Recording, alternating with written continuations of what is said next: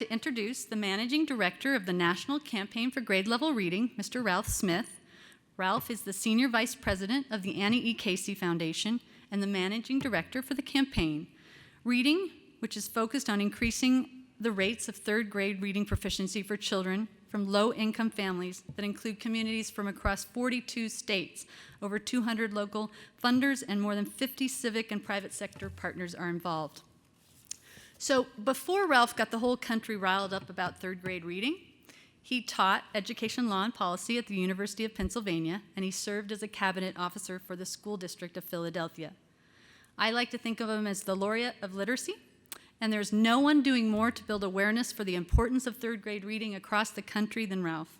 He reminds us that we have to be dogged in our determination and unapologetic in our pursuit of third grade reading, and that we need to be in it for the long haul. We're absolutely thrilled and honored to have you here with us today, Ralph, to celebrate what we started and to show you how committed we are to taking this all the way. Let's have a big, warm Arizona welcome for Ralph Smith.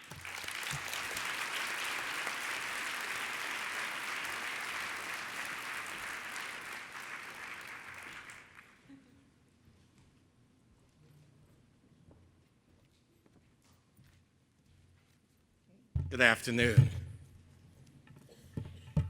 You know, I am delighted to be here, but to be truthful, as a nervous flyer, I'm delighted to be anywhere the plane lands safely.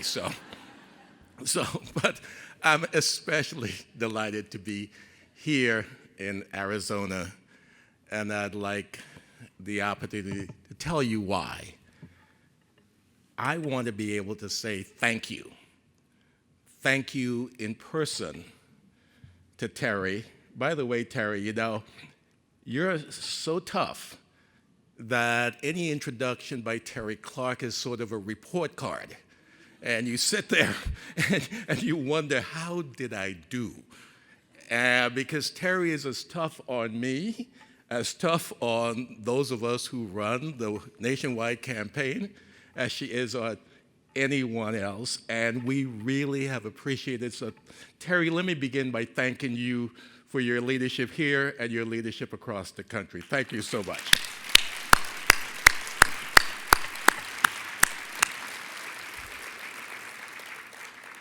I had an opportunity to say thank you to the governor, and he was quite generous in noting that this began before his watch, and quite candid in committing that he was learning a whole lot about it, and quite enthusiastic about continuing his support.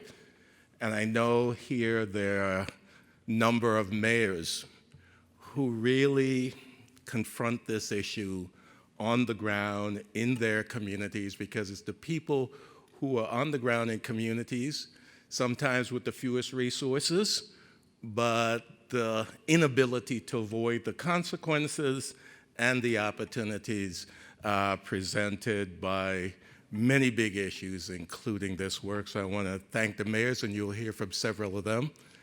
You know, there are other public officials as well, but I really want to say thank you to the thousands of folks in the 24 communities who have responded to the call of Read On, Arizona, and who have put their backs to the wheel and essentially given dollars, given time, given talent, given of their networks, and sweat equity to make this work and to move this important endeavor in the state of Arizona, move it to the front of the pack and into the lead across the nation.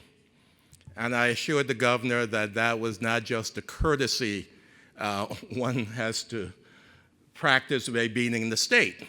I'm going to say fairly specifically why I think Arizona is well in the lead in terms of the campaign we're running across the country. And when I say that, you will hear me give a special thanks to the founders partners of this campaign who have come together and have been an exemplary group of folks and institutions showing the rest of us what a funding collaborative could look like and what a leadership collaborative could accomplish. I'll come back to that. But first, let me admit, and Terry was gracious to leave it out of my introduction, that I'm a recovering law professor. She put that piece in, but she didn't put in the piece that I'm a recovering corporate lawyer and a corporate and securities lawyer. I rarely admit that, but since I'm among friends, I will admit that. And I came to the policy area as a second career. And I came with a lot of the reservations and assumptions and suspicions and concerns that so many people from the private sector bring to these issues. And I was won over by the passion and the talent, the commitment of so many people who earn their living doing their life's work, and who saw this work not only as a job, but as a mission, and sometimes even as a ministry. And that led me to ask this question: how is it that we can know as much as we do, spend as much as we do, care as much as we say we do, and accomplish so little for so many children over so long a period of time as permanently to compromise their ability to grow up, to be the citizens, the contributors, the parents that they would want to be? And the answer to that question was no less disturbing than the question itself.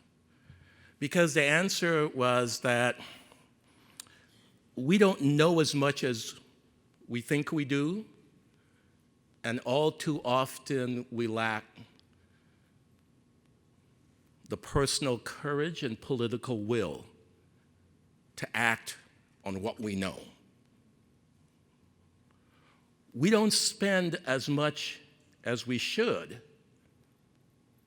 but until we do better with what we have, it's going to be difficult to make the case for what we need.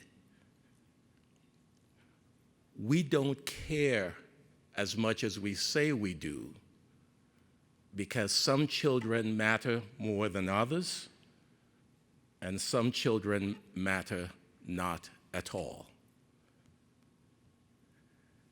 And it was this question and answer that helped me to be really excited about the possibility of working to lead the campaign for grade level reading.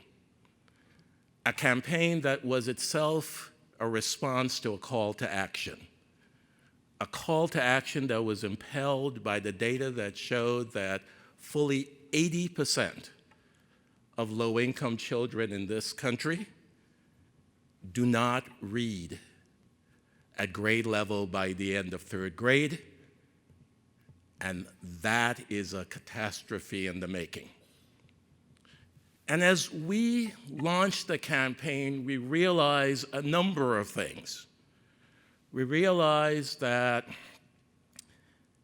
we had to insist that schools do better with the children they have and not the children they prefer to have. It's not as if parents are keeping their good kids at home and sending the others to school. There is no family holdback. Parents are sending us the best kids they have, the only kids they have, and they have a right to expect us to do better by the kids they have entrusted to our care. And so we have to be persistent, consistent, insistent to the point of truculence that schools should do better than they're doing today. But this is where the educators in the room essentially are trying to decide whether they go into the kung fu stance or the fetal position, depending upon, how caffeinated they are. But the educators won't hear me bashing schools, teachers, or educators. There's too much of that going on. And so as we launched this campaign, we said, we will assert that first proposition of accountability, but we will also say that too many of the rest of us, are having a debate as to whether we ought to be in the bleachers or the boxes watching the game. That it was our responsibility to get out of the stands, get off the sidelines, get into the game. That was our responsibility. We had to make it so that schools stood a better chance of succeeding.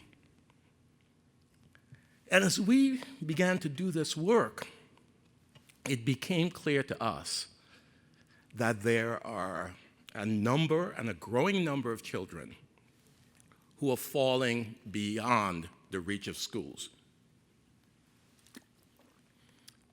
Ever since I got off the plane, my allergies have gone on the offensive. Apparently there's something to 106 degrees that kind of get them all excited.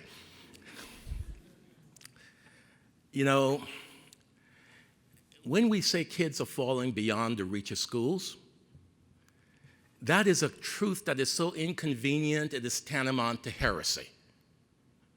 Because we have to believe in schools. We have to believe that education offers a pathway for all of us and for those who follow us.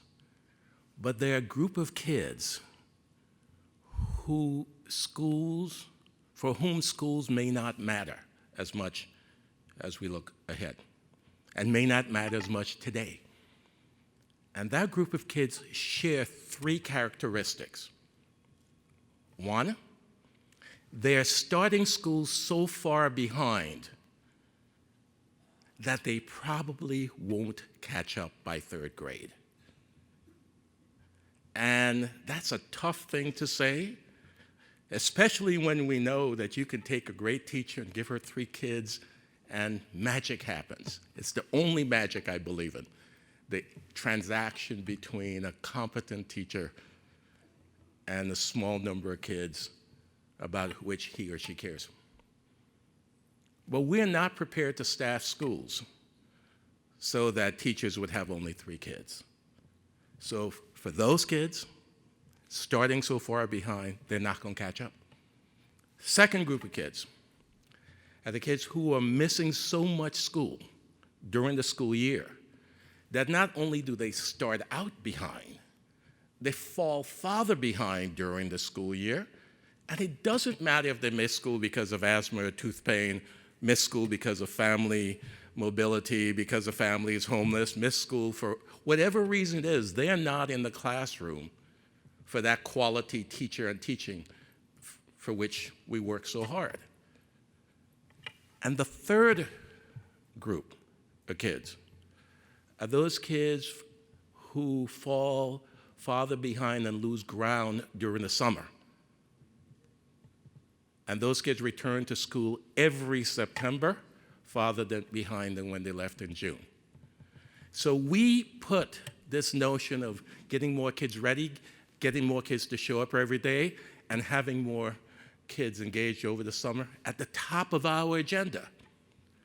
And we believed that if we could find a way to get communities working on those 3 solutions and get communities to combine those solutions with the assurance of quality teaching for every kid every day, and if we could have system integration and reform, that we could turn the curve, change the trajectory, and have more kids reading on third grade. Here in Arizona, from the very beginning of the campaign, Read On Arizona and Arizona generally just took a different tack. Arizona came to our meeting in Denver and essentially started a revolution. Arizona said, we don't believe that you work this in individual communities. We think you need a statewide address. And Arizona's insistence on that essentially started a revolution where the Massachusetts communities quickly caucused and rushed the stage and said that they joined Arizona. And before that, and then we had Florida joining Arizona, and then Iowa joining Arizona. And pretty soon we realized that we had to essentially accelerate the state dimension of our campaign. We accelerated it because we were no longer leading the parade. We were about to be run over by the stampede. And it started by Arizona.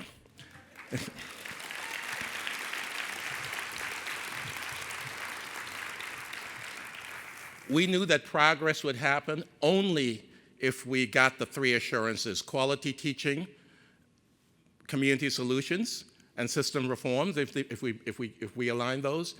And it's happening here in Arizona.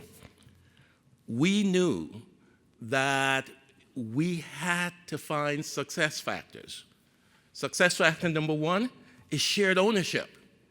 And you cannot have a conversation with anybody from the Arizona Community Foundation, from First Things First, from the Helios Education Foundation, from the Virginia Piper Foundation, from United Way, when you don't really get a sense that they all own this Read On Arizona. This is something that nobody's finger pointed. Everybody realizes that shared ownership and joint accountability are essential.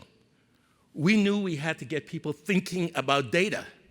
And you heard Terry talk about MapLib. Here in Arizona, you've done the hard work, the unromantic work. There's nothing sexy about MapLib. Terry, unless you got something. Just you wait and see. Terry promises there's something sexy about MapLib. I'll wait for that. But most of us find nothing sexy about data. But it's the hard, tough work that we've got to do, and you're doing it. And there's something else that we need.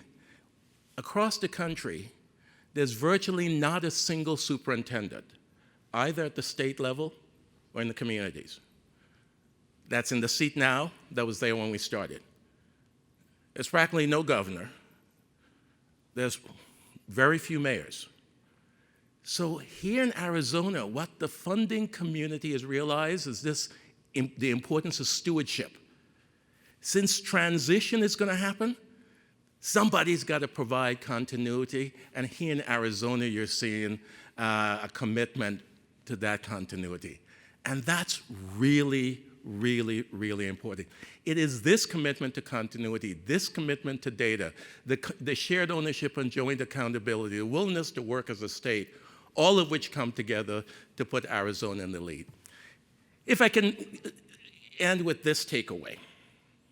You know, when you're doing the work day in and day out, it's hard to think in big terms about the work. You know, this is the work you do. But let me thank you for doing the big work. Because in many respects, the big work is about the intergenerational compact. None of us on a daily basis say, I'm working on the intergenerational compact. Nobody says that. But we are. It is this notion that we take care of the next generation so that they will take care of us.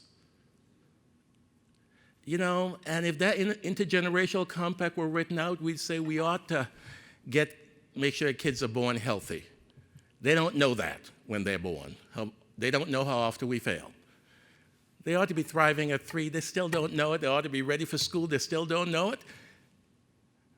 But they do know whether we've taught them to read.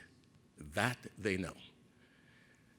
And as we think about the world we want to leave our kids, we think we want to leave them a planet with clean air to breathe. We want to leave them arable land. We want to leave them clean water. We want to leave a nation that's strong, secure, at peace with its neighbors. We want to leave them an infrastructure, a nation with an infrastructure that's crumbling. We want to leave them with land in which opportunity is their birthright. All these things. But they're not going to believe us unless we can do one thing: teach them to read.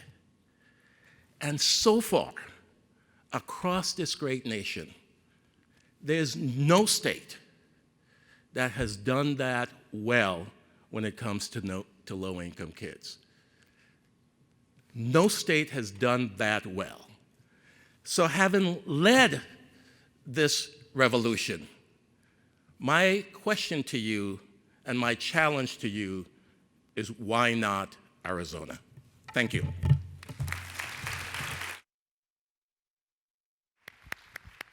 Awesome. Thank you.